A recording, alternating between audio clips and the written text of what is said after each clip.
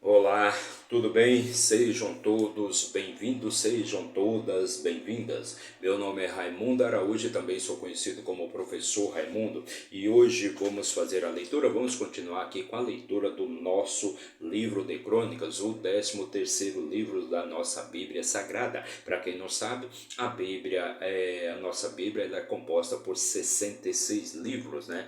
1189 capítulos e aproximadamente 31.200 versículos. A Bíblia a qual me refiro é a Bíblia evangélica. A católica vai ter mais livros e a etíope também vai ter mais livros ainda, perfeito? Mas a nossa versão aqui são 66 livros e o primeiro livro de Crônicas é o 13º livro da nossa Bíblia Sagrada. E vamos fazer a leitura do capítulo 15, perfeito? Mais uma leitura de muita sabedoria e riqueza para vocês. E neste capítulo nós vamos falar sobre a segunda tentativa, né, que Davi fez ali, na sua época de transportar a arca da aliança de Deus,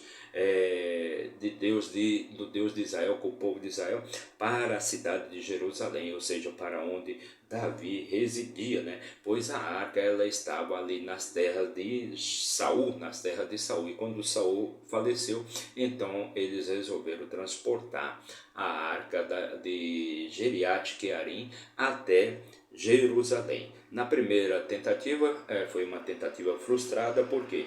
Porque Uza, né, que era um dos que transportavam a arca, eles fizeram uma carruagem nova ali para transportar a arca, e quando eles estavam transportando a arca, balançava muito, sacudia muito, a arca tendia a cair ali da carruagem, daquela carruagem. Então Uza, né, que era um que transportava, ele estendeu a mão e tocou na arca, e quando ele fez isso, ele morreu instantaneamente, Deus o matou.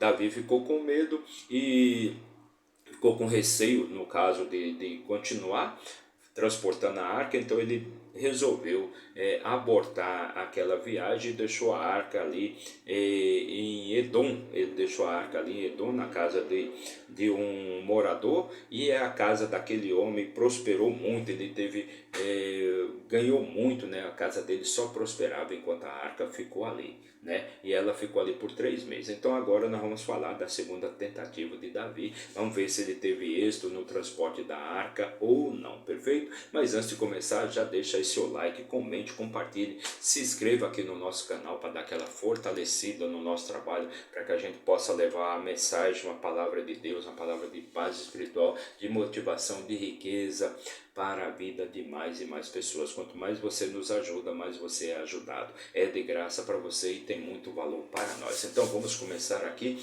a nossa história de hoje. Para isso vamos usar aqui a nossa ferramenta de trabalho, o nosso manual de instruções para a vida. E vamos abrir aqui no livro de Crônicas, né? Primeiro livro de Crônicas, que é o 13º livro da Bíblia, como eu já falei. E se você quiser se você quiser adquirir mais sabedoria, mais conhecimento para tocar melhor a sua vida, eu recomendo que você acesse a nossa playlist chamada Crônicas e Crônicas, e você vai você vai encontrar os vídeos com a leitura dos capítulos anteriores, onde você vai poder assistir, adquirir mais sabedoria e mais conhecimento para deixar a sua vida mais leve e o seu caminho mais iluminado.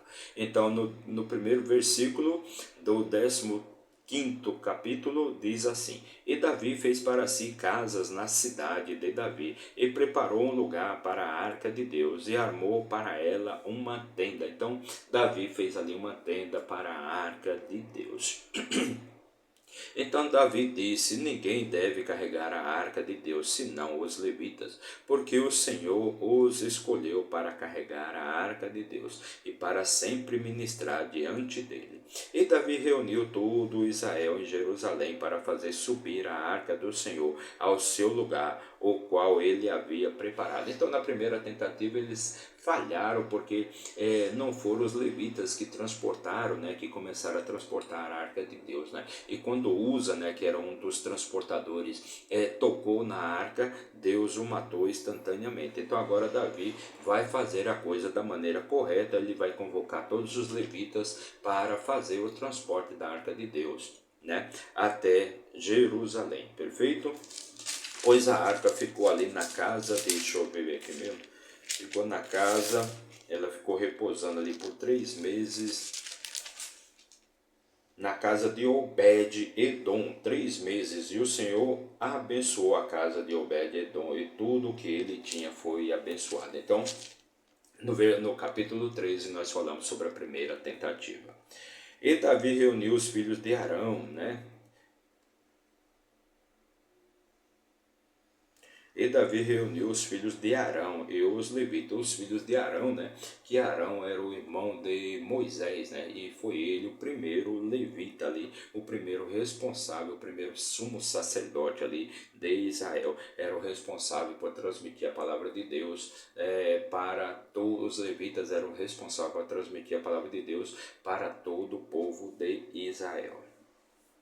E dos filhos de Coate, Uriel, o chefe, e os seus irmãos, 120 homens. E dos filhos de Merari, Asaías, o chefe, e os seus irmãos, 220 homens. Dos filhos de Gerson, Joel, o chefe, e os seus irmãos, 130 homens. Dos filhos de Elisafã, Semaias, o chefe, e os seus irmãos, 200 homens. Dos filhos de Hebron, Eliel, o chefe, e os seus irmãos, 80 homens. Dos filhos de Uziel, Aminadab, o chefe, e os seus irmãos, 112 homens. E Davi chamou ali todos os levitas, né? Todos os chefes dos levitas. E Davi chamou Zadok e Abiatar, os sacerdotes, e os levitas, Uriel, Asaías e Joel, Semaías, Eliel e Aminadab, e disse-lhes: Vós sois os chefes dos pais dos levitas, santificai vós, tanto vós como os vossos irmãos, para que possais fazer subir a arca do Senhor Deus de Israel, até o lugar que preparei para ela. Porque como vós não o fizestes da primeira vez, o Senhor nosso Deus fez uma fenda sobre nós, pois não o buscamos segundo a ordem devida. Então, na primeira vez, eles não buscaram ali a arca de Deus, né, como deveriam fazer, né, com a presença de todos os chefes dos levitas, né. Tanto é que Uza resolveu tocar na arca e ali Uza morreu. Porque como vós não fizeste da primeira vez, assim já foi. Assim os sacerdotes e os levitas se santificaram para fazer subir a arca do Senhor, Deus de Israel.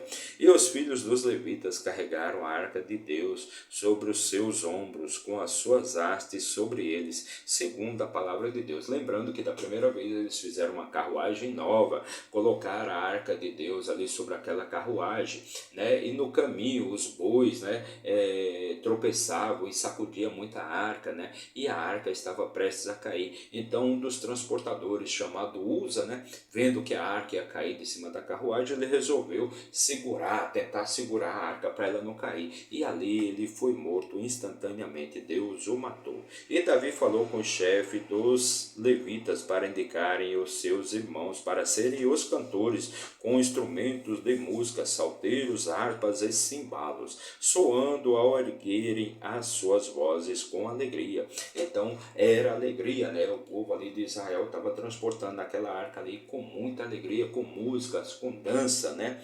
Assim os levitas indicaram Remã, o filho de Joel, e os seus irmãos, Asaf, o filho de Berequias, e dos filhos de Merari, e os seus irmãos, Etan, o filho de Cussaias, e com eles os seus irmãos de segundo grau, Zacarias, Benê, Jaaziel, Semiramote, Jeiel, Une, Eliabe e Benaia, e Maacéias, e Matitias, e Elifeleu, e Miqunéias, e Obed, Edom, e Jeiel, e os porteiros. Assim os cantores Rema, Asaf e Etan foram indicados para soarem com cimbalos de bronze.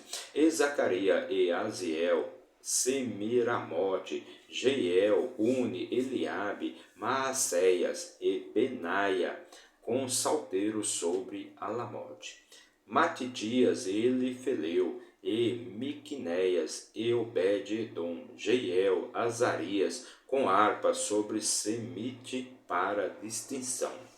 E Kenanias, chefe dos levitas, foi para a música. Ele instruía a música porque era habilidoso. E Berequias e Eucana foram os porteiros da arca. E Sebanias e Josafá, e Netanael, e Amassai, e Zacarias, e Benaia, Eliezer, os sacerdotes sopravam as trombetas diante da arca de Deus.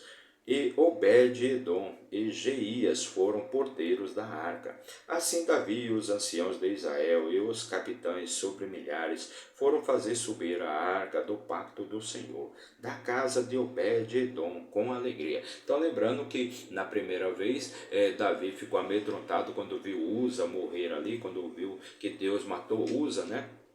Ali quando ele tocou na arca, então Davi ficou amedrontado, ficou com receio, né, de que Deus viesse a matá-lo, pois ele estava transportando a arca de maneira errada. Então a arca ficou ali na casa de Obed-edom, e aquela casa foi abençoada e prosperou muitíssimo, enquanto a arca de Deus esteve ali na casa de Obed-edom. E sucedeu quando Deus ajudou os levitas que carregavam a arca do pacto do Senhor, que eles ofereceram 7 novilhos e 7 carneiros. E Davi estava vestido com uma veste de linho fino, e todos os levitas que carregavam a arca, e os cantores, e Kenanias, o mestre do cântico. Davi também tinha sobre si um efode de linha, né? Um efode de linho, lembrando que para transportar a arca, né, as pessoas precisavam ter um efode. Assim todo Israel fez subir a arca do pacto do Senhor, comprados com som de corneta e com trombetas e com cimbalos, fazendo ruído com salteiros e harpas. Então ali, enquanto eles transportavam a arca, eles cantavam, eles dançavam, né? Todos estavam alegres e felizes com a presença da arca de Deus ali junto ao povo de Israel. E sucedeu enquanto a arca do pacto do Senhor chegava à cidade de Davi, que Mical, a filha de Saul, ao olhar para uma janela, viu o rei Davi dançando. Então, quando ela olhou ali por uma janela, ela viu o rei Davi dançando e se divertindo, e ela o desprezou no seu coração.